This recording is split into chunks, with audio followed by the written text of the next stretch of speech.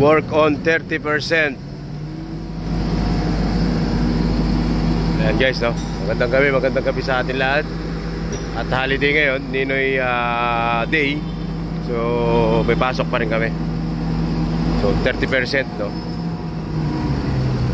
Regular holiday lang. So sa 25, yun ang special holiday yun. Sa 25 bababa kami ng mga itong strand.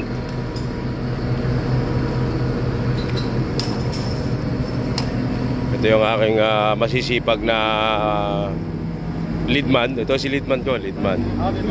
Leadman, ano masasabi mo ngayong holiday na to? Ito yung masabi, work is work. Work is work. So ano masasabi mo kay mga Aquino? Dahil ngayon Ninoy Aquino. Ayaw sa ating pagsisiyasat. Ang mga yun na yun. Ano mga yun? Ninoy nga eh. Sino pa pipili mo? Si Duterte o Ninoy? Ninoy? Ayaw mo kay Duterte? Bakit? Ha? Pulang araw yun? Ay ikaw naman kabayan. Ano kang masasabi mo kabayan? Ano ko masasabi? Ano ka? Ayan na. Magmerenda na mamaya. Yan. Yan, napakasipag nito mga to guys, no?